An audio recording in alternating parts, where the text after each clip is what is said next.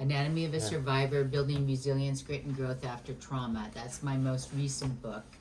And then my first book on this subject was really built off of my dissertation, and that's called Turning Tragedy into Triumph, Metahabilitation, Contemporary Model of Rehab. So that's, what came from that. So. Hello, is this working here? Oh, then you go. Told you it's been a while. Dr. Joyce Mikal-Flynn, is that how I say it? Yeah. Dr. Joyce Mikal-Flynn, here we are. Yay. In an actual university setting. I'm in a professor's office. For the first time, I think, since I was begging for grades at UC Santa Barbara decades ago. But it's so nice to sit down with you. A former student, Ben Ashton, is the one that said, hey, you got to interview this lady. She's got an amazing story. And we're going to talk about many things, including your amazing upcoming book, which is The Anatomy of a Survivor. Tell us that subtitle again. So Anatomy, it came out actually in April of this year. It's called Anatomy of a Survivor, Building Resilience, Grit, and Growth After Trauma. So that's really been my personal and professional work probably for the last almost 3 decades, 2.5 for sure. So in terms of studying, researching, writing, speaking, all of that. So tell us about the classes that you teach and how you weave that into the academic experience here at beautiful Cal State University, Sacramento. Well, the 3 main classes that I teach here, I am a nurse practitioner, so I'm in the School of Nursing. And so I teach a class in leadership. And of course, there's all sorts of ways about how do you overcome adversity and challenges that are really important for leadership and management. Also, I do teach a class in neuroscience. I don't do any original research. I actually use other people's research, but I put it together, and it's called The Brain and Gender. So we talk about neuroscience and are there any differences between the male and female brain. It's very interesting. And then the third class that I teach, and I'm very proud of this because this generated from my research, and it's called Traumatology, an Introduction to Post-Traumatic Growth.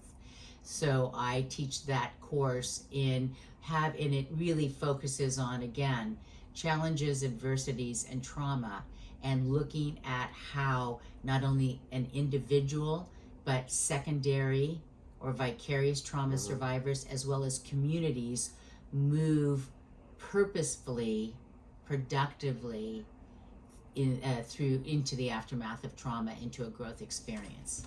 This is a new term, post-traumatic growth. Well, actually, it is not a new term. It was really put out by 2 researchers and 2 professors, Lawrence Calhoun and Richard Tedeschi, and they coined the term post-traumatic growth several years ago. However, it is still very interesting to me when I do give talks, and I even in front of clinicians, and I'll say, who knows about PTG? Well, of course, everybody thinks about PTSD, and they'll say, I said, you know about post-traumatic growth? No, I don't know that. And yet that term and that concept, and they devised 5 dimensions of post-traumatic growth, and I incorporate that into everything, but also especially that trauma class. We're going to have to get to those, but I'm also interested to hear you give those 3 categories. So you have the victim of trauma, you have the secondary, or you call it the vicarious, and then the community. You gave some quick examples, like the Boston Marathon. Right. The whole community had to come together a year later to once again hold the event. And then maybe tell us a little bit about those other categories. Yeah. So my initial... Why did she mention Boston Marathon, people? Because she's run that thing. We got a runner here, people. So one of the things that is very... when I did my initial research, I looked at an individual's response to trauma and the aftermath. And so I'd done quite a bit of work, and actually my dissertation was about that, and my first book, Turning Tragedy into Triumph, was about an individual. Approximately 6 years ago, I was awarded a sabbatical, and I wanted to look at what I was calling vicarious trauma survivors. So people around the trauma, had they gone through the same experience as a person who experienced the trauma, and in fact, could they actually experience a growth event as a result of that, just as somebody. So I also found out not only about vicarious trauma, but what's also called secondary traumatization syndrome. And they're two slightly different. Some people are, if they have seen a traumatic experience, can feel that. And then some people, like now, our poor clinicians who are dealing with all the COVID situation, are experiencing trauma as a result of their work. And then you have the community's response to trauma. And I do quite a bit of traveling around and speaking, and I happened to be during my sabbatical in Oklahoma City, and I went, wow, remember what happened here? And then I was in New York for the 13th anniversary of 9/11, and actually started talking. We became a member of a committee called Project Rebirth that dealt with a lot of the veterans especially, but even first responders who have dealt with the aftermath of 9/11. And then I happened to have been introduced to Dave McGilvery, who's the director of the Boston Marathon, and I was able to interview him.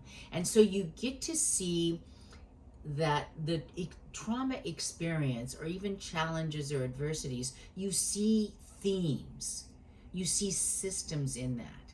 And whether you're an individual, experience it yourself, or around people who are experiencing it, or working in the type of industry that you're exposed to that all the time, and or communities, you really get to see patterns in the way that they respond in a very productive, positive manner.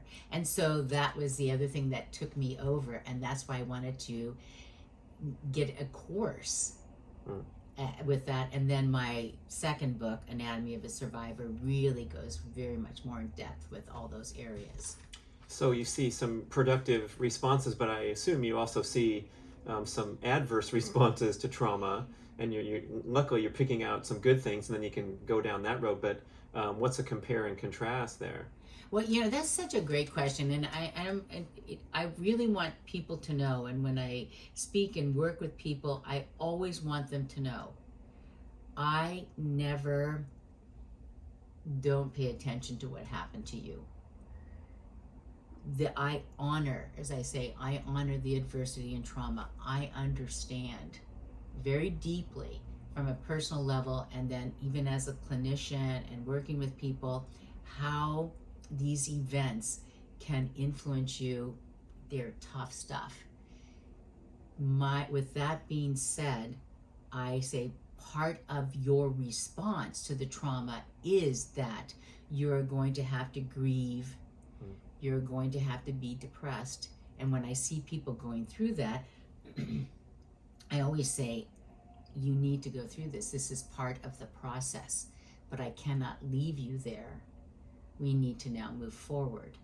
And what I have dealt with and what I work with, for on the most part, is to look at the productive aspect of trauma. I don't want to say the positive, because there's not a lot of positive stuff about trauma stuff, but the productive, the purposeful movement forward after trauma. So I don't spend a lot of time on looking at what's wrong. I spend most of my time at looking at what has gone right and how that can be implemented into clinical practice or even a personal lifestyle. So somebody just asked me about this the other day. And we look at, for example, when you're doing research, you can look at things like depression scales and anxiety scales. And I said, those are real and I get it, but I don't want people to go into that mindset. So when I do research, I look at resiliency scales. I look at the post-traumatic growth survey. I look at that because I want to shift people in a mechanism that is saying, yes, there are responses to trauma that can be moved in this direction as well. Because lastly, I always say, when people go, well, we need to work with people, they need to get over stuff. I said, there's no getting over this stuff. You don't get over it. You learn how to use it. You learn how to incorporate it meaningfully into your life. so that not overnight, but over time, you have found a way up and out and a purpose that goes with that. That's what people do. So some of the terminology we commonly use, we might want to second guess when we're telling someone to forget about it, get over it, even things well-meaning like get on with your life. It could Totally. be misinterpreted or misappropriated. And I love that. So we're talking about athletes, right? You're an athlete, I'm an athlete, and the notion of words and themes became so prominent to me several years ago when the Olympics were in London, and I happened to be giving a talk about athletes who had gone through season-ending and career-ending injuries, as well as retiring you talked about retiring at age 30, like who retires at age 30, and what they go through, the grief, the depression, the change in lifestyle, the change in your identity, all that. So I was giving a talk. I was at Cambridge, and I was giving a talk at that. And so I was attending some other lectures, and there was this one I attended, and it was about disabled athletes. But you know what? They don't use that term anymore. What do they use? Adaptive athletes. And the change of that one word changes your focus, changes your mindset. These athletes are not disabled. They need adaptation. And I love that. And I was just listening to a podcast with the Surgeon General the other day, and he was talking about we need to work on mental health issues. And I said, what if we called it mental health opportunities? So words, language around this is really important for me to maybe start to shift how we organize not only our thinking, but our vernacular around this. Right, I'm sure being in the neuroscience world and the medical scene, the word choices are reprogramming the brain. And so what you call it and what you repeat and how you verbalize it and how you think about things could make all the difference. I tell my students a lot, I go, don't come to me and say, I have a problem, I made a mistake or whatever. I go, you need to come to me and say, I have created an opportunity, because all mistakes and problems are chances to get it right. Chances to get it right the next time. So again, I am not foolish. I don't look at, but I cannot look at life in a way that things are bad, but I always go, okay, then what are you going to do about that? Even with my kids growing up, they would come to me with problems, and I would say, okay, especially as they got older, you need to come to me with 3 ideas of how you want to fix that, and then we'll talk about it. And it's just, you get them into the process of, we talked a little bit earlier about the notion of taking control, making choice, key fundamental ideas, fundamental behaviors in the aftermath of adversity and challenges. Taking control of what you can control, and I guess knowing you can't control what place you're going to finish in the race, but you can take control of your mindset and your effort at all times. So I guess you also have to know the wisdom to know the difference, right? As you talk about with the recovery programs, we want to let go of some things, like we can't control what happens with COVID, but we can control how we feel about it and our mindset and our behaviors. And I love this too, because when I work with people, my focus is always on, I want you to start out with what you can do, and then we'll go to what you want to do. Because people will say, well, I can't. And so one of the things that I found during my initial research is I created the term metahabilitation precisely because I didn't like the word habilitation, or I didn't like the word rehab. I just thought that was so small. So if you look it up, it basically talks about going back to baseline. And I go, people go That's way... what rehabilitation means? Yeah. Oh, okay. People go way past that all the time. People blow past rehabilitation. A lot of times they grow, they get better. So I said, I need to have a new word. So I was throwing around some ideas with some colleagues, and one of them mentioned, hey, what about meta? Well, that means surpassing, meaning going beyond. I go, that's right. And I go, how about metahabilitation? Way better way to describe what actually can and does happen. That people surpass baseline. They go down a bit. Like I said, you have to be depressed, you have to grieve, things change. But then when you get back to baseline, you can move past that. And that is also post-traumatic growth, or metahab, which is actually a clinical pathway. It's a philosophy, but also it's a direct clinical pathway. It's a mechanism in order to move through. So I devised, through many interviews with people who've gone through horrific things, and I noted that there was actually stages that they went through. So I created 6 stages of metahab, and then I also noted what I've identified as characteristics or facilitating conditions. And so in my book and in my workbooks, I have those. And so I'll work with people and I'll say, okay, when they get to the point where they have characteristics and conditions, I want you to check off what you have. And people will say, okay, well, wait, do you want me to say what I don't have? I go, no. What am I going to do with that? I don't know what to do with that. We want to focus on what you have, what you can do, and then start moving in that direction. And that, again, puts people in the mindset of making choices, taking control. And as I said to you, neurobiology, research is way on the side of, even when people have the perception that they have some control over their situation, they do better. Right, and you can probably fake that pretty well, or just you might have to believe that fake you have it at control. first, but then Right. it becomes the way you think. A lot of times we fake feeling good, but then it becomes your reality. Right. Fake it till you make it is allowed, says Dr. Joyce. How about that? We've had that from other experts too. I love that one. Tell my kids that all the time. Yeah.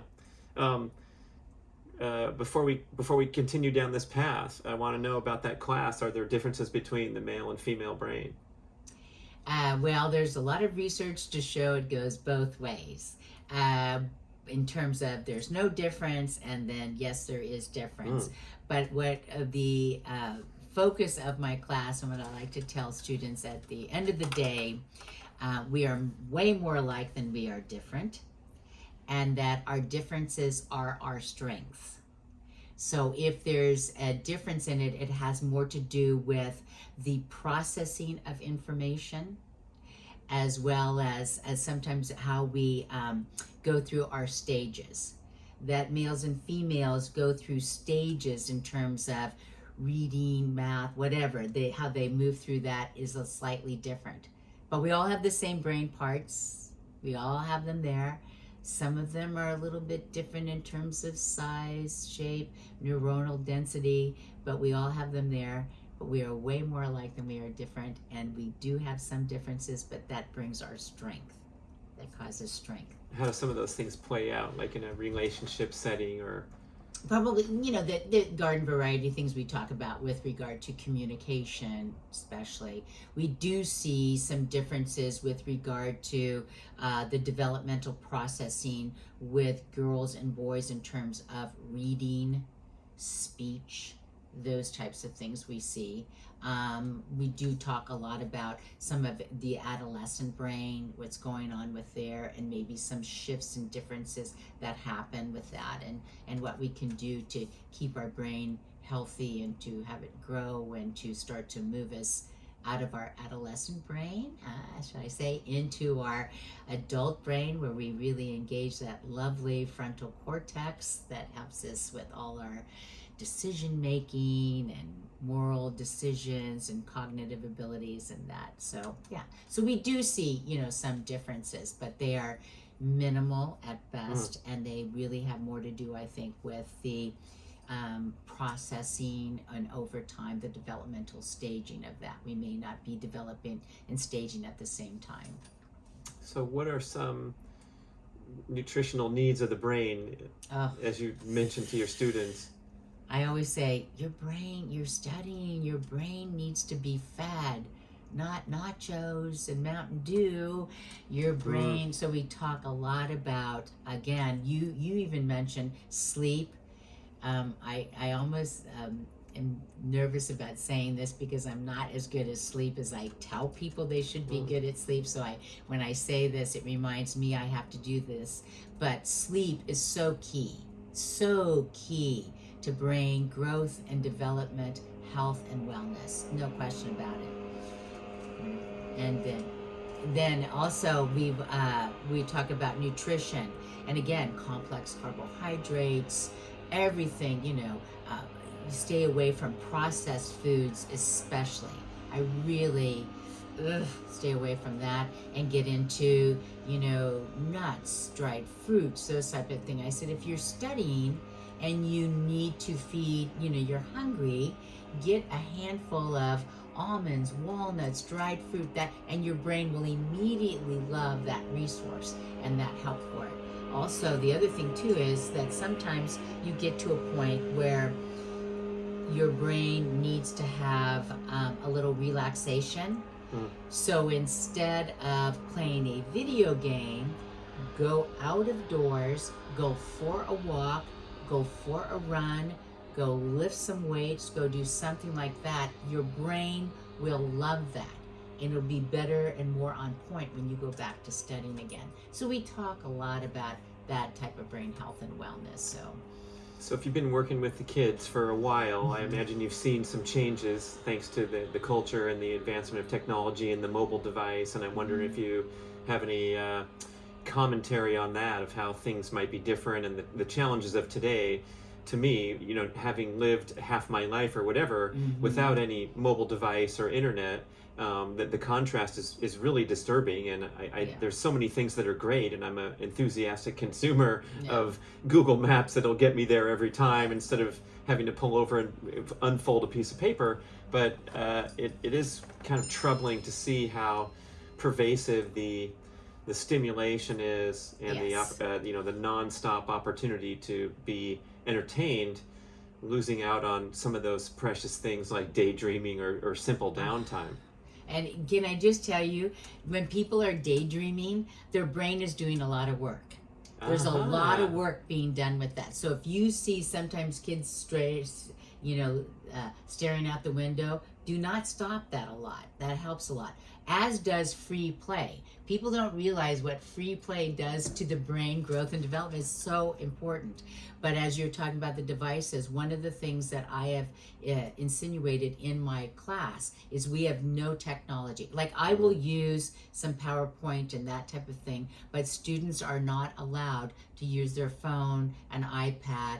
And at first they kind of like, well, that's how I take my notes. And I said, you know what's really cool that your brain loves and loves and loves is a piece of paper and a pen and scribbling down some notes. Then you can take those notes and transcribe them onto your computer so you can learn twice. Now you can take a picture of them, I found out. Those apps, like, they take a picture of your notes and put it into text. Oh, there you go. Well, but I'm very big on not allowing students to have that type of technology in the class, that we do a lot more of interaction. And I tell them, we actually I've incorporated into my neuro class the whole notion of screen time.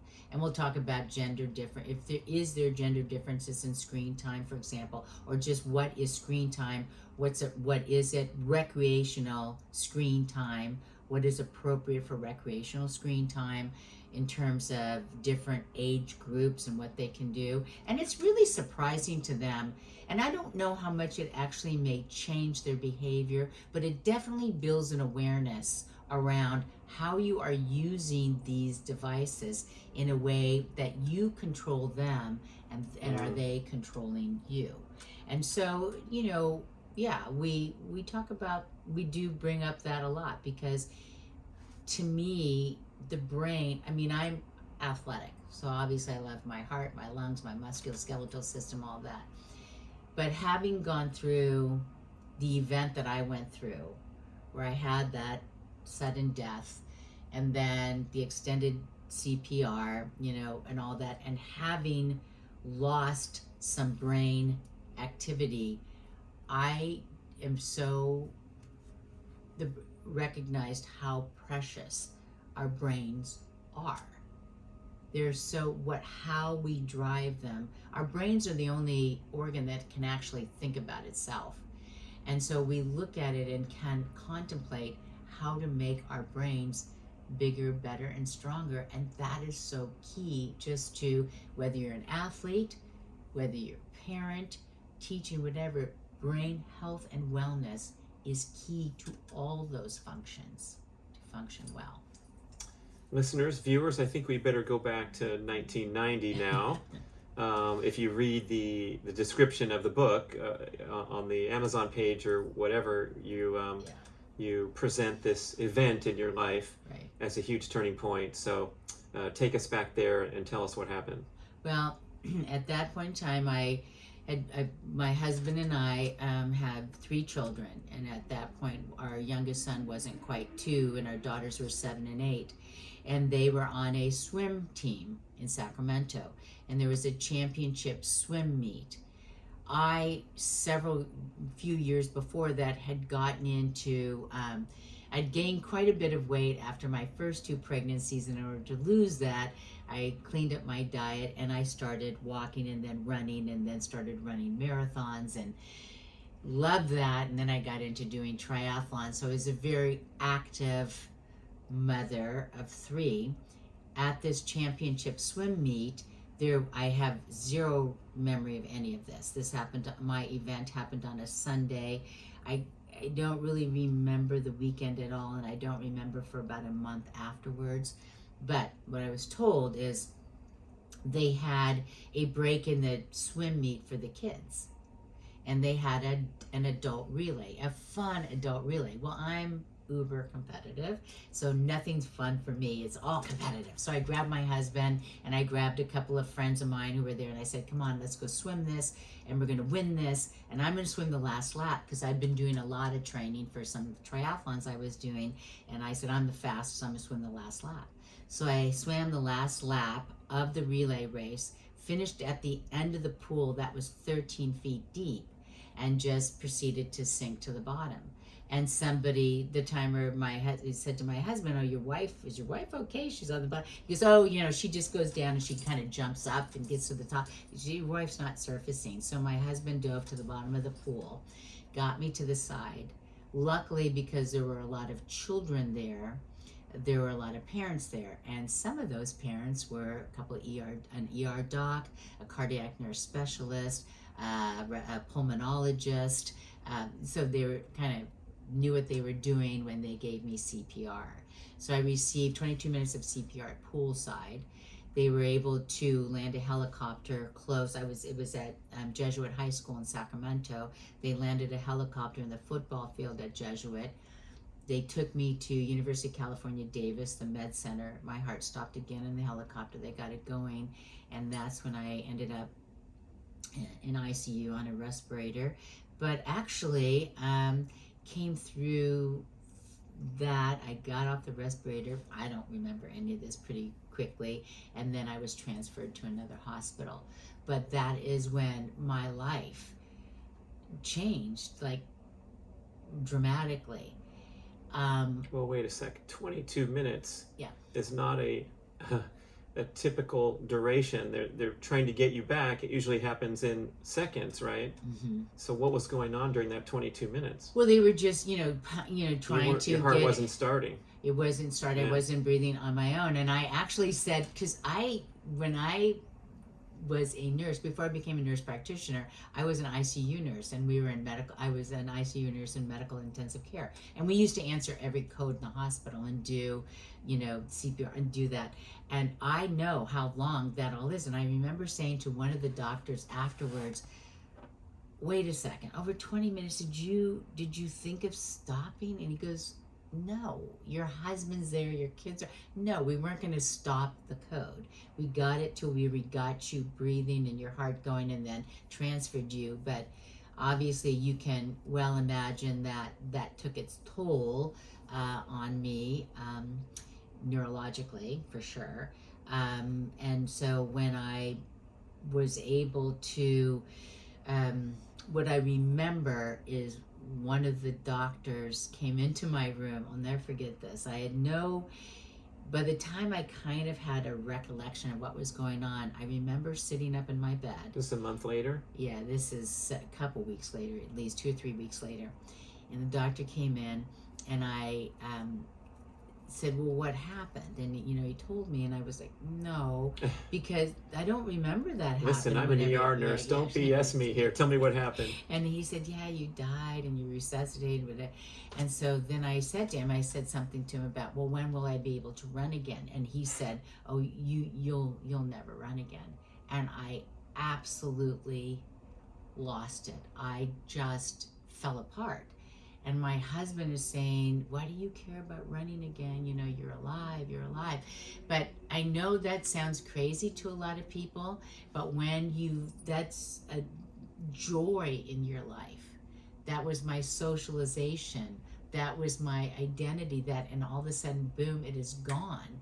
And then also, I didn't recognize my husband right away. I didn't recognize my children. I mean, I was just really messed up. And to get all this at once was just overwhelming to me. And I remember seeing that doctor like the next day in the hallway of the hospital. And I said to him, you don't know who you're talking to.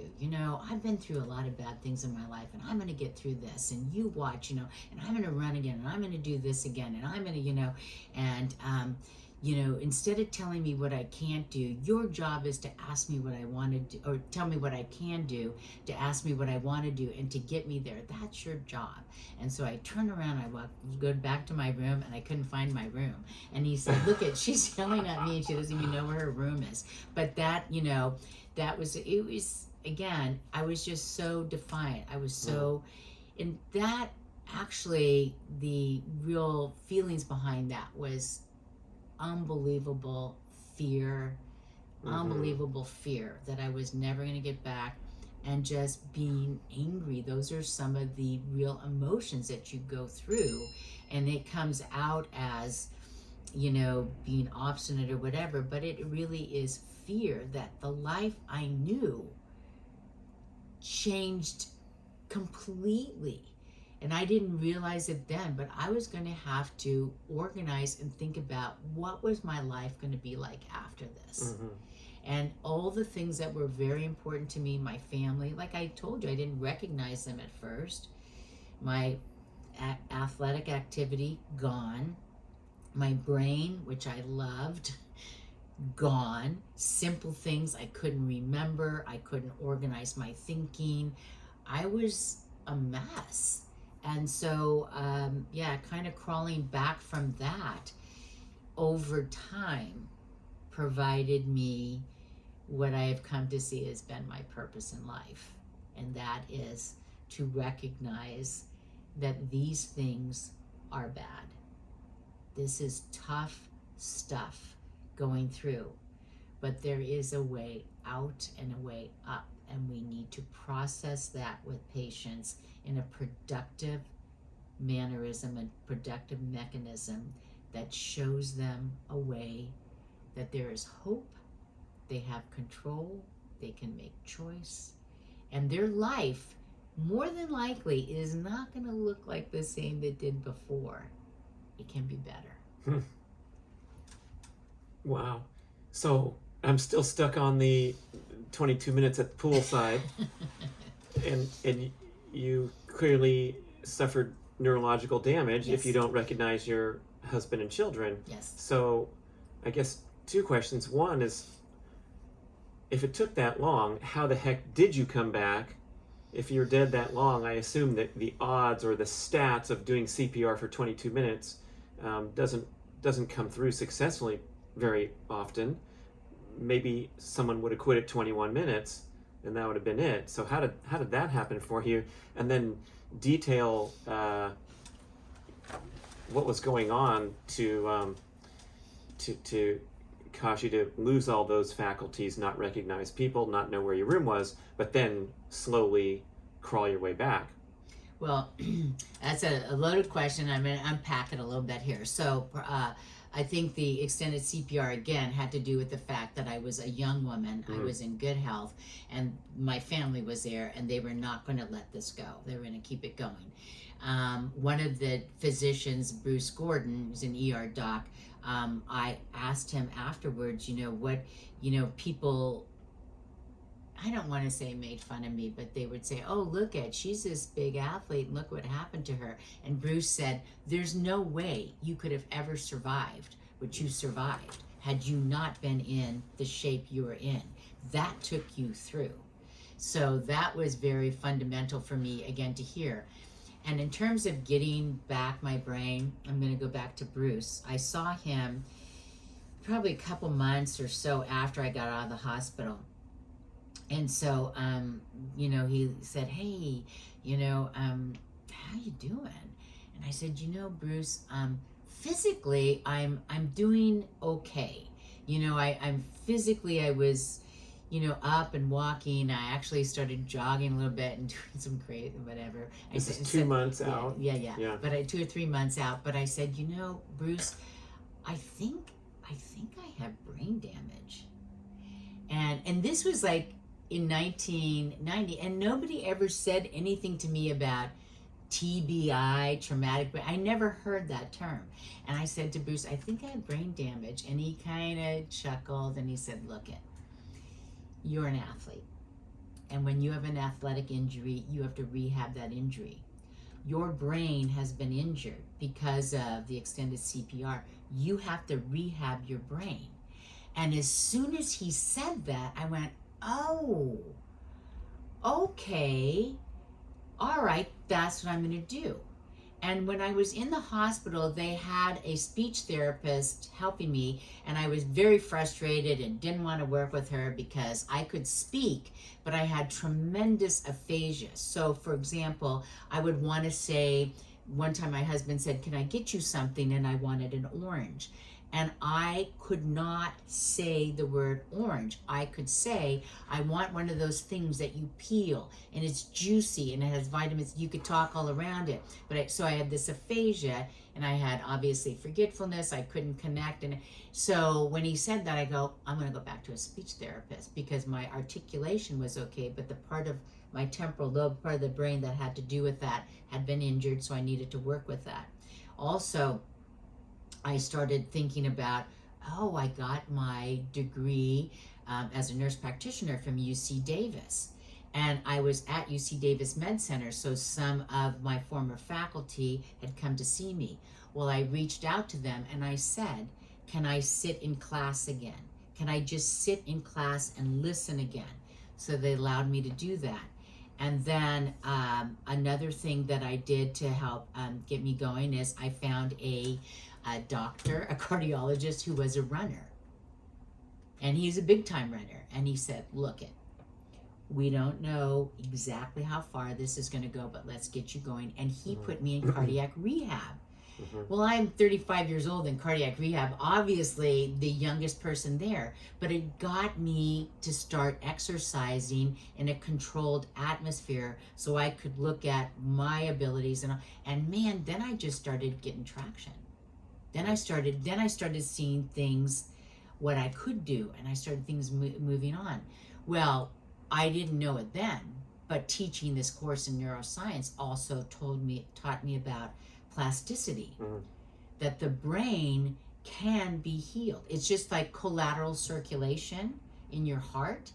You can do collateral neural pathways. So if there are damaged areas in your brain, but again, it doesn't happen unless you engage with the process. So if you want to get bigger biceps, you can't sit around hoping you get bigger biceps. You need to do what you need to do that. So lifting and doing all that. Well, the same thing with my brain. I couldn't sit around hoping my brain to get better. I had to engage meaningfully with it. And so reading, going back to class, going to speech therapy and doing the work that they had me do, all this kind of stuff. So new brain cells developed, new pathways occurred, and over time I got it back. And so when and then I also thought, 2 years after my accident, if I I really want to get my brain back. I got to go back to school. So I decided to go back to get my master's degree. So I live close to Sac State, and Sac State has a nursing school. Sac State, where I teach now, but has a nursing school, and they had a master's. So I went to the nursing office, and I was talking to a woman at the office, and I said, I'd like to apply to the master's program here. I'm not sure how well I'll do because I had this event. So just as I was saying that, the chair of the division of nursing walked by. Her name is Dr. Robin Nelson. And she stopped and she looked at me and she said, "What's your name?" And I told her Joyce Mikal-Flynn, and she said, "I was there that day." She had a daughter on a swim team, another swim team, so she saw it. She goes, "Come in my office." So Robin really mentored and helped me through, and I got my master's looking at people who had survived death events. Well, then... That was your focus of your master's? Of my master's thesis. Wow. And so I looked at, had they gone through being depressed? Had they gone through these different things? And so again, patterns and patterns. So then I got back into it, and I had children to raise. And so I went back, I started seeing patients. Luckily, Dr. Dan Fields, my friend and mentor, got me back into seeing patients clinically and helped me with that. So I started seeing patients a couple days a week. And I just started noticing patients that I'd see, or a book I'd read, or a movie I'd see of people going through horrific things. And again, not overnight, but over time, not only survived, but thrived. And not in spite of what happened, but as a direct result. And I was fascinated by that.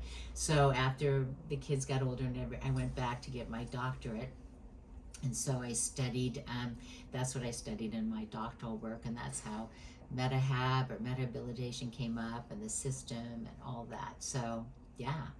And it was really cute. When I finished my doctorate, my husband and my kids had a nice party for me. And of course they invited the docs who resuscitated me. And so Bruce Gordon was there, was one of the docs who was there. But after somebody said, I was giving a little talk about thank you for all people who had brought me back. And I mentioned obviously the doctors. And so after I gave, and somebody said, "Well, tell us what you did your dissertation on." And I said, well, I gave them the whole thing. This is a study that I did, and this is what the methodology I used, and I went through all this, and this was great. And said, that's great. So Bruce walked up to me afterwards and said, "You know that brain damage you said you had? I think you fixed it." I think you fixed it. So yeah, so that was great. And then I eventually, that's what I've been doing all along since that time. So I finished my doctorate in 2005. I've been teaching at Sacramento State University in the Division of Nursing since then, and have dedicated my, again, really personal, because I take this personally, as well as my professional and research life into this endeavor. You said that the brain's the only organ that can reflect upon its own function. Our kidneys aren't thinking about our kidneys. Now, when you were going through this metahabilitation journey, I almost said rehabilitation of your brain, but your metahabilitation of your brain, were you able to reflect and notice, oh gee, before I couldn't say orange, I could describe it as the thing that you peel that's juicy. So were you able to kind of monitor your progress from a distance, knowing, hey, Joyce is doing better today, or something to that effect, while your brain was healing? I could definitely, like, I wouldn't see it on a day-to-day thing, but then something would happen where I would read things and I would recall it again. Things recalled was better, and I feel that, and I just feel how that, like, okay, I'm feeling more. I think I was out for a run one time, and it was not quite 2 years after my event, but it was close to that. I remember being out on this run and running again. Like, it's just such a reflective, prayerful time for me too, that, you really can get into yourself and think. It's beautiful. But I was reflecting about things, and I thought, I think I'm feeling like I was before. I'm feeling more and more like pretty much like I was. I feel like I kind of came back from that.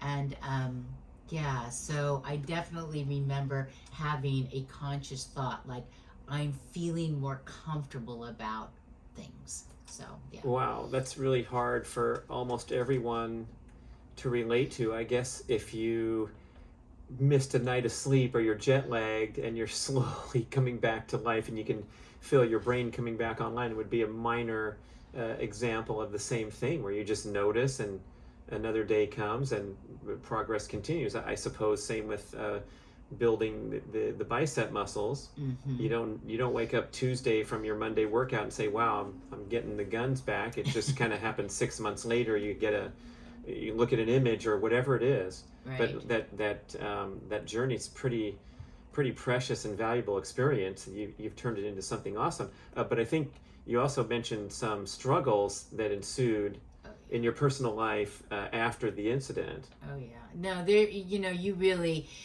And that's the thing that I have had to also incorporate and make sure I reflect on. Again, I never say to people when they're just going through something, well, this is a real growth experience for you. Like in my head, I know that. You but smile, you're thinking I it. will never say that. I will say, here's the hardcore truth.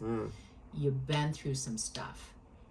And part of the process is going through being unbelievably bummed out and depressed and sad and scared. And when I hear that, it doesn't frighten me. It lets me know you are engaging with the process. And so this is not a psychiatric disorder. This is sorry, should I turn that off? Oh. Sorry, my phone, huh? Sorry.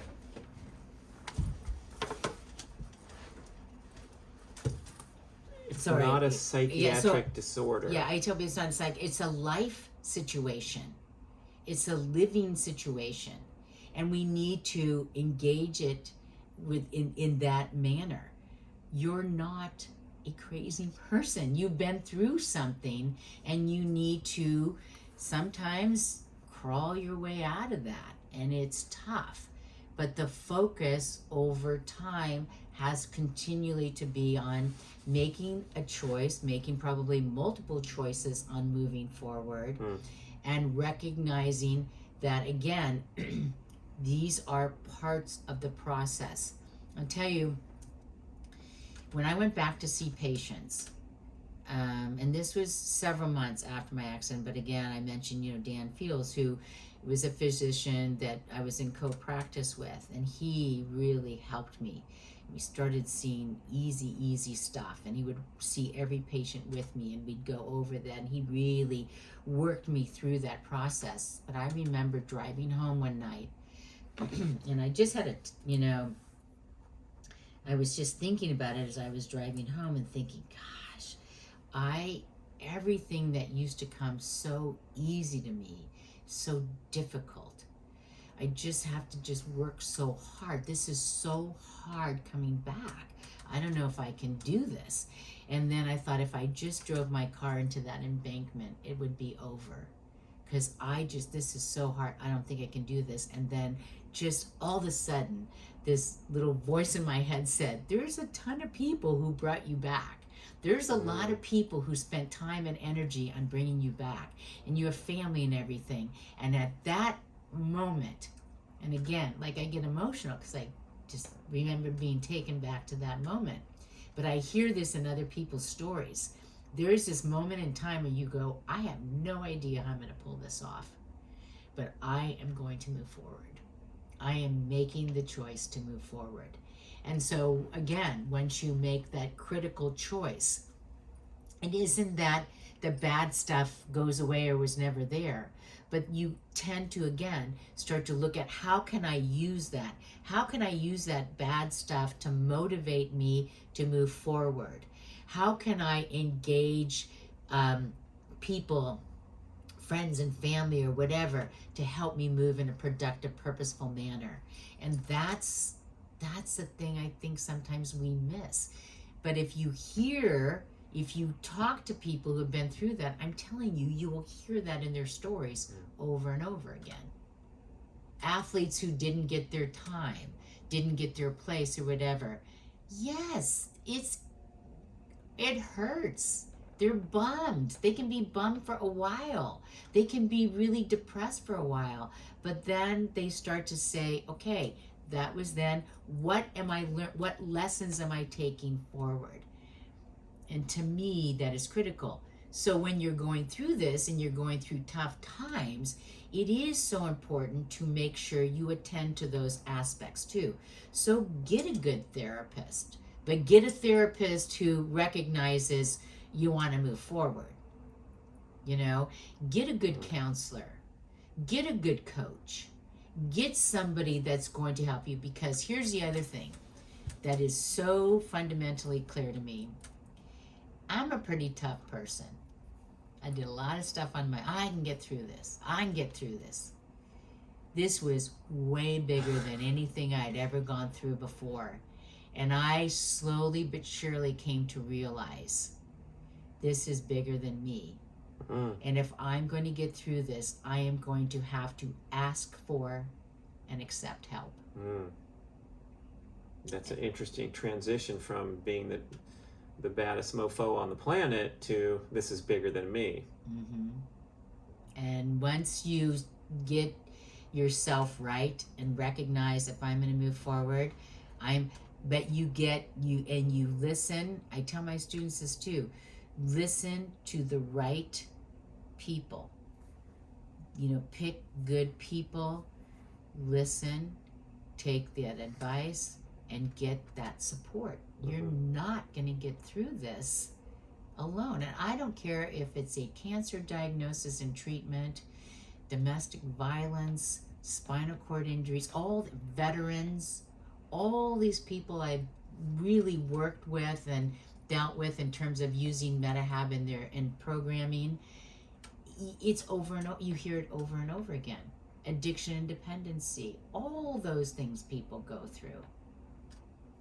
Athletes who have retired, athletes, you know, I did a big study here, not a huge study, but I did a nice study here at Sac State. I got a grant from the NCAA to look at athletes and resilience.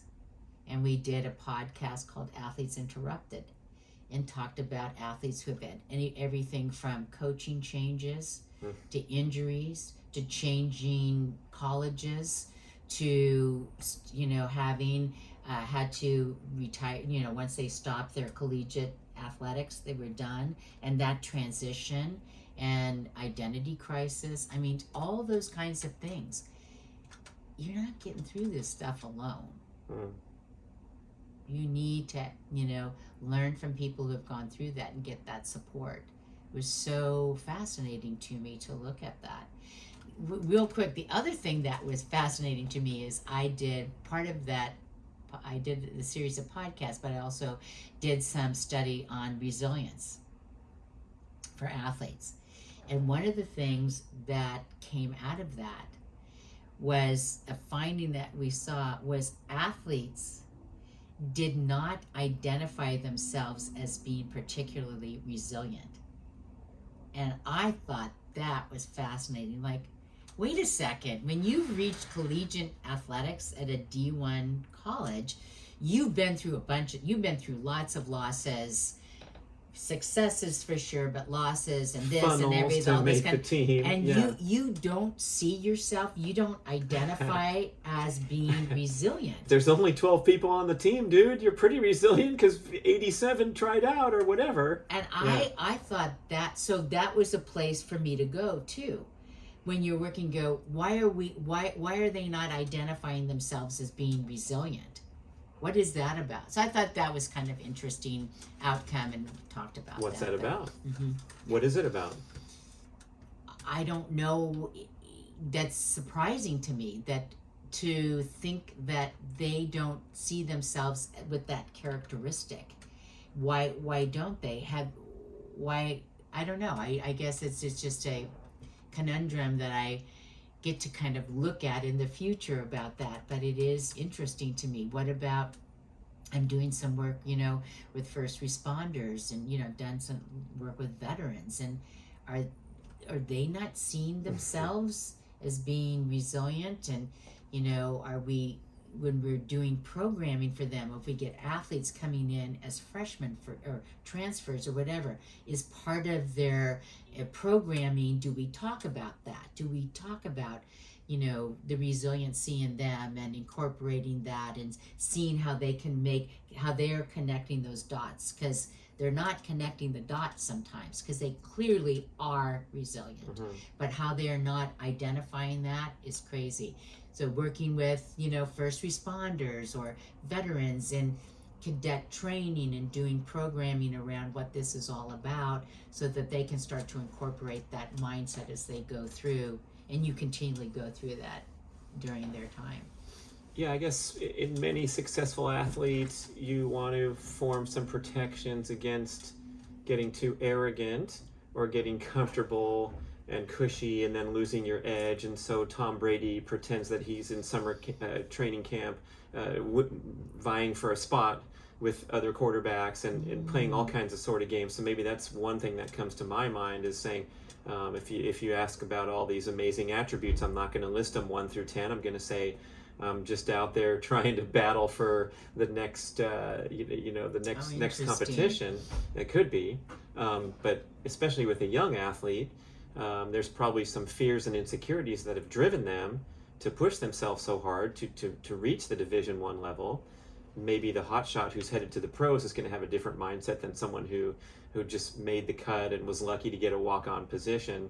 They're not going to call themselves resilient, because that hunger is what got them to that point. Well, that's interesting. Yeah, no, I appreciate that perspective. Unfortunately, I wanted to do, I crunched some numbers around that. I did some quantitative research findings around that. I wanted to do some, group surveying kind of thing, and because of COVID, we weren't allowed to do that, but that is something that I would like to see what's behind those numbers. So you've given me some insight to that. Tell me more. Tell me more, young athlete. Yeah. I appreciate that. No, that's really good insight. I'm thinking back to this swim meet and your immersive role as a parent, watching your kids swim, and maybe the parents are holding stopwatches and writing in the pad and swarming over this. I called it the helicopter parenting era. You corrected me and said, no, it's the lawnmower parent era, where we're mowing, we're paving the way so everything's smooth and easy for our kids. And then you're at the bottom of the pool rather than the stands. And I'm wondering about that shift in perspective, where it's like all these things that seem so important and all the drama of daily life and the worries that we have about our car registration, or whether our kid's going to be in the A heat or the B heat. When that stuff's blown up, I know that there's an adjustment factor, and I'm wondering, you had to fight and regain and get out of the hospital bed and take all those steps, but then one day you're sitting on the couch, you got your life back, it looks like you're going to be okay. But how do you recalibrate now? And what you said you struggled in assorted ways, and whatever you're going to talk about there, that seems to be another layer of challenge that's right there in importance or difficulty of actually getting the neurons firing again. Yeah, that is such a great question. It's funny, I remember a friend said to me, after your whole event, whatever, I noticed that you just seemed calmer. You were calmer and you were more, open or whatever. And so I definitely understand. I've always been an optimistic person. I have. But I even became more, because I've seen what people have gone through and go, wow, look at what they've gone through and come out of this. And so I know I have such a belief in the capacity of the human spirit, the human mind, the human being itself. So I look at that and I recognize and I believe in that. So it kind of calms me down from getting nervous about other things, because I go, one of my favorite things is when I talk to students and I say, tell me your story. And they tell me these stories that are just, and I will look at them and say, look at me. You got this. Do you not understand? You got this. Do you not see this in yourself? Do you not see that strength and ability?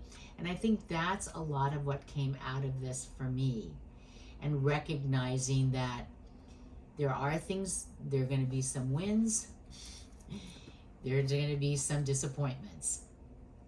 And I need to recognize how to be a decent, productive human being in both those cases. You got to know how to work with both of those and to be present. I don't get myself wrapped up in stuff that I just think is like, oh, you got to, meet this person or this important, but I don't see that. People to me are important and exciting because of what they do, what they've given back, their presence in their people's lives around them. I get very interested and excited about that, but I'm not celebrity stuff. I'm not that impressed with at all. In terms of getting myself worked up about problems, I will take some deep breaths. I do get upset about certain things, but then I say, okay, put this in perspective. So when I'm older than this now, but when I was 50 years old, I was out for a run. And again, I can, that's such a good time for me to think through things. And I was out and I was like, oh my gosh, I'm 50 years old. I am 50 years old.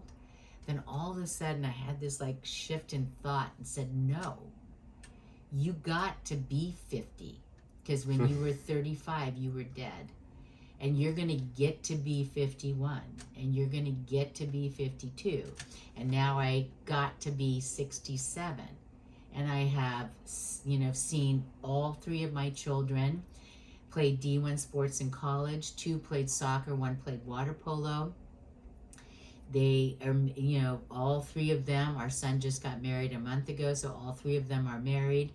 Lovely, wonderful spouses. My husband and I now have 6 grandchildren. I go, I get to be doing this. I tell my students the other day, I go, I want you to, I have them try and achieve that mindset. And I said, but think about it this way. Instead of saying, I have to take this test, I get to take this test. I have to go to school. I get to go to school. Because do you know how many people would love to be sitting exactly where you're sitting right now? And you get to do that. So I think that shifted for me tremendously. Well, not tremendously, but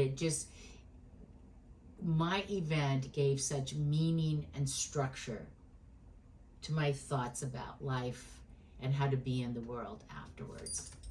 Whew. If you're not an optimist before listening to that last passage, I think it's time to shift, especially with aging is one of the biggest complaints or the biggest ways that we lament throughout life. I think it's a common theme. And boy, I feel the same way. It's such a privilege to have reached this age, and to think in any form of negativity about it. You don't even have to have had your heart stopped at a certain previous age. You're just, anything can happen anytime. Right. And so what a gift it is for, what am I, 56? Hey, it's a great year, Yeah, exactly incredible. Right. Wow. But even 10 times more profoundly for you, because you can always put your finger on that age 35 and think that would have been it. One of my colleagues said this to me the other day. I love it. She's semi-retired, and she said, I'm living in the carpe diem part of my life. Seize the day. I show up for everything. And I love that. And I show up to run, and I show up for family events, and I show up for my students, and I show up for this podcast. Like, I show up for stuff because I'm here and I get to do that. Right. So it's like a lovely thing to be able to participate in life. And the other thing too is you do, I'm not running a marathon as fast as I used to. In fact, I haven't run a marathon in a while. I've run some halves, and I do running a day. I'm not running as fast, but I also love the whole notion of adaptation and acceptance. Just because you can't do it that fast doesn't mean you can't do it. You just adapt and accept to what you can do and enjoy the process and keep pushing yourself and going, how can I make things better? That's always what I want to do. How can I be a better 67-year-old person? You know, keep moving, you know. Listen, I love you listening to you and these lovely books that, you know, seeing the lovely books you've written and everything really reminds me, I gotta like clean up some of the way I'm eating and stuff. So I'm so happy to be talking to you because again, it's such a great reminder to me, look at, there are some things that you are doing that are less than productive. And just talking to you today, I'm like, yeah, I need to clean that up a bit. And you're smiling while you say it, which is a huge difference from beating yourself up, saying I'm falling short here, I'm falling short there, and that's something that it's increasing interest to me as I get older and hopefully more wiser and more mature, seeing that that drive and that competitive intensity that endurance athletes are familiar with, and it can make you get to the finish line, but it could also be something that can leak in an inappropriate manner. Your friend calls you more calm. I believe that would be a compliment and probably an attribute. Whereas if, you know, some of that edge that you have to achieve high goals in academia and put finish awards up on your wall here, some of that can get misappropriated at times. And you're gonna, she's smiling while she's cleaning up her diet. People are gonna check in 60 days and see how that goes. But that I feel like is the best place to start something like a personal transformation. Is you're looking so forward to choosing better foods and ditching the bad stuff. It's going to be amazing. Well, and I like it too when I talk about that. I always say to people, it never works to change everything. Pick one thing. Pick one thing for the next week. I'm going to stop eating goldfish, you know, or something. There you go. Like just refined industrial seed oils in there. One of the worst things you can put in your mouth and your kids. Thank you. And so like I go, okay, I use that as a little snack. I'm gonna stop that. I can do that one thing. And I'll just keep doing it for the week. I do everything else, but just do that one thing for the week or whatever. And that's when I talk to people about really in the aftermath of challenges and things. I go, you know what? Don't worry about 5 years down the road. Don't worry about even next year. Let's look at today and pick one thing this week or this month that you're going to say, I've done that. I'm going to get back into doing that. Because people really we didn't get this far without having some good habits. So pick a habit that you did before and do it. You know, one of the things I do, a women's wellness day, I live part of the time in Sonoma. And the trails, the running trails there are like nirvana, is heaven. So I bring groups of women to Sonoma and we do Women's Wellness Day, and part of it is there's no PowerPoint, there's nothing like that. We interact with each other, and part of the day is we take a hike. We do it out of door, and we take a hike on the trails. And so when we come back, we do some debrief and whatever, and I go, think about something. Is there something you did before that you stopped doing, but you really gave you pleasure, really calmed you down? And women will talk from everything from, again, physical activity, crocheting, painting, journaling. I go, what's stopping you?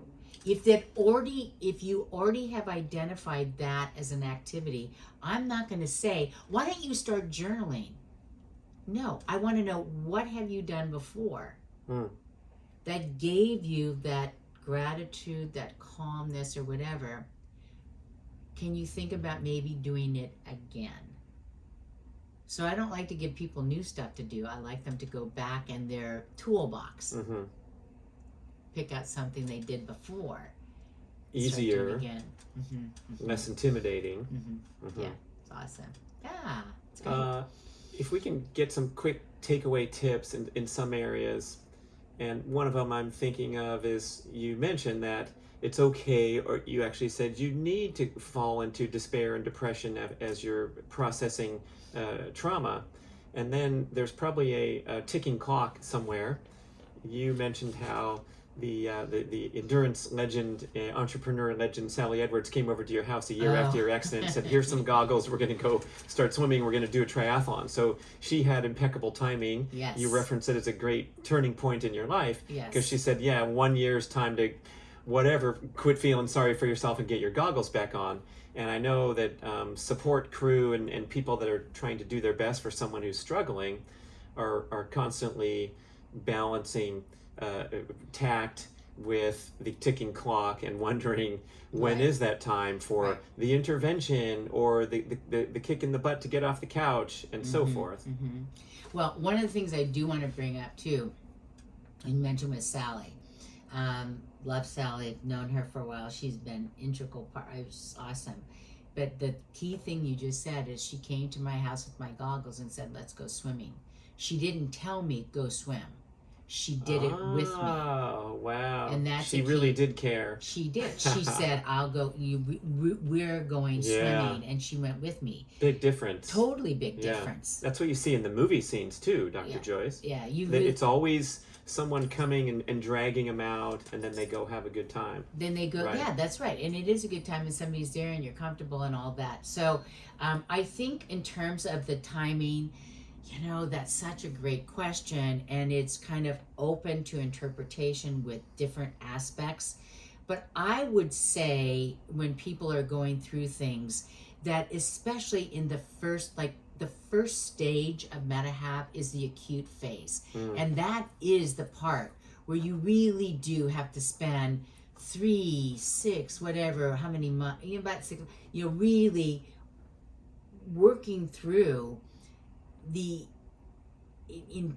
whether you're in an ICU or coming out of depression or whatever, working through this tough, really emotional, intellectual, and even physical stuff. There's just a lot of energy spent on doing that.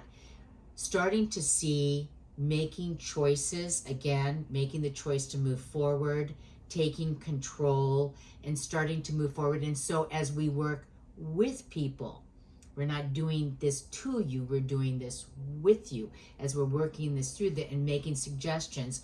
What do you want to do next? How are you going to move forward? What are you going to do? So I would say, in general, within the first year, that's a really intense, big, tough year that, again, I don't ever have people looking. We're not looking at the finish line now. We're looking at getting to mile 1, then mile 2. Don't be talking about no finish line with me right now. Yeah. And so you go through that, and then you start to point out traction that they've made. So the first 3 to 6 months, key on really focusing. And then, again, starting to have them take control and turning their lives over back and how they're moving forward. And it's sort of like with children. I would just watch our grandchildren this weekend, and one of the things that is so key to me when I'm for our children, catching them doing something good. Catching them doing something. Hey, I just saw you helped your sister up. Well done. Good job. That's it. You don't need to go crazy. Just well done. Good job. So as you're working with people and you're seeing, you go, hey, you might not have noticed this because you're living in your own body, but I saw you a week ago, and today I noticed you're smiling more, or I noticed you walked another half mile, or I noticed that. Catching people doing it so they, again, become aware of their progress and start moving forward. It's going to be the intense time and everything. It's a year plus for sure. You really do. Again, depending upon what it is you're going through, makes a difference. I'll tell you one of the key things that's a red flag and must be monitored for, and this is key, isolation. So I tell people there are times where you need to be by yourself and chill and think about this. But if I'm working with vets, first responders, people going through different things, if you are noticing that they are spending a month or 2 or whatever, like checking out, they're not going to class, they're not going to church, they're not going to their workouts, they're not, going to family functions, they're not doing stuff, get on that. isolation is a problem. Not everybody who isolates is going to self-harm or get into trouble. But when I look at people who have self-harmed or gotten into trouble, isolation seems to be a part of that. Mm-hmm. And don't just call them or text them. Go over to their house, ring the doorbell with some figurative goggles in hand, and get them out. Yeah. Love that. That is a perfect thing. Let's go. Hey, I'm going to the movies. Let me treat you. I'm going to this. Let me do. That's a perfect thing. But that to me, I have when I was working with vets, I had a very special vet who I had worked with, and I really loved the guy. He was so positive, productive. We started doing some, thinking about doing stuff at Sac State. He was just amazing guy. And I think it's now 2 years ago, one of the head vets who worked in that organization called me and told me he had taken his life. And I was absolutely devastated. I was devastated. And I look at that, and again, they identified he had been checking out. And you just can't do this. This is this beautiful, lovely person, and it makes me sad. So I like to bring that forward. When you talk about doing things together, when I would do I was doing some overnight stuff. I did an overnight thing with vets, and we'd go hiking and camp and all. That's really cool. Out-of-door activities, key. Out-of-door activities, the best in terms of healing. But when we got there, they said, okay, we're going to assign you a battle buddy. And I love that. I go, well, what's a battle buddy? So a battle buddy is like, you check in with Joyce. Have you eaten? I go, have you eaten yet? Where are you? You're not looking after yourself. You're looking after your buddy and making sure they're okay. So Sally was my battle buddy in a lot of times, And so also when you have that, you stop thinking less about yourself, obviously, and you focus on the health and well-being of somebody else. It's a beautiful thing. And that gets you going too, because again, you realize you have something to offer. There's purpose in your life. So find a battle buddy. That's another key thing. Find a battle buddy. This will be covered in detail in your book, but maybe we could close with a quick hit of the 6 steps. We got to number 1, the acute phase of metahabilitation. Yeah. And then I'd love to get teased with the rest. So there are 6 stages. And the first stage is the acute phase. Stage 2 is what I call turning point. And that is key, where they may not identify it, but you can hear it in their story, where they, again, said, I have no idea how I'm going to pull this off, but I'm going to go forward. And there may be multiple turning points in what they do. Once they make the decision to move forward, that's when especially a lot of support has to come around them, because that's when you get into treatments, both complementary and traditional forms of treatments. People are looking stuff up for you. People are getting you to different places you need to go. You do that. Spend a lot of time on getting back. Then you're like, whew, stage 4, adaptation. And stage 3. Stage 3. Stage 2 is a turning point. So stage 1 is acute phase. Stage 2 is turning point. Stage 3 is treatments, traditional complementary. Okay. Stage 4 is acceptance and adaptation. Now that doesn't mean you do that for a lifetime, but you've been through a lot and you've done a lot to help yourself. This is a time and people have identified times where they just said, I just needed to set myself down for a while and think, what did this all mean? Where am I at? Where do I want to go? A very big thinking time. You accept things and you have made adaptations for right now. And you just need to have some chill time. Then stage 5 is returning to life. In some way, you're getting back. You went to nursing, you went to grad school. Yeah, something you do. You go back to school, you go back to work, you go back to stuff, you go back, you get back in, you get moving in, and it may not be the same. And here's the other thing people need to realize, that I have talked to a lot of people who have gone through things and didn't go back to the profession they had been in before. And it's kind of like that door shut. But these interesting, more effective, fun doors, wow, opened. And had that door not closed, I never would have pursued this other line of work, activity, or whatever. So you get back into that. And then stage 6 is taking on the future. That's metahab. That's a never-ending phase. Because once you get to stage 6, you have developed a growth mindset, right? A growth mindset where every time you go through even a disappointment, you like go back to the drawing board. Okay, what stage am I in, and how am I going to move forward, and how am I going to do this? And I know I got to circle back to this stage, and then I'm going to go forward. So that's taking on the future. And that's when you look back and go, wow, this is nuts. Had I never gone through that, I don't know if I would have gone for my doctorate. I don't know if I would have I don't know what I would have done with that. So it's a never-ending thing. And that's why at my age, people go, I got too much work to do.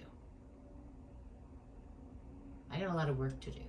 So I'm just coming up on another sabbatical where I'm super excited about. So I really, if people can get to my Instagram, dr.jmf or drjmf, and my website, dr.jmf.com. I'd love if you need, I'm going to be on sabbatical, you need some, I do a lot of speaking, I do a lot of programming, I do a lot of all that.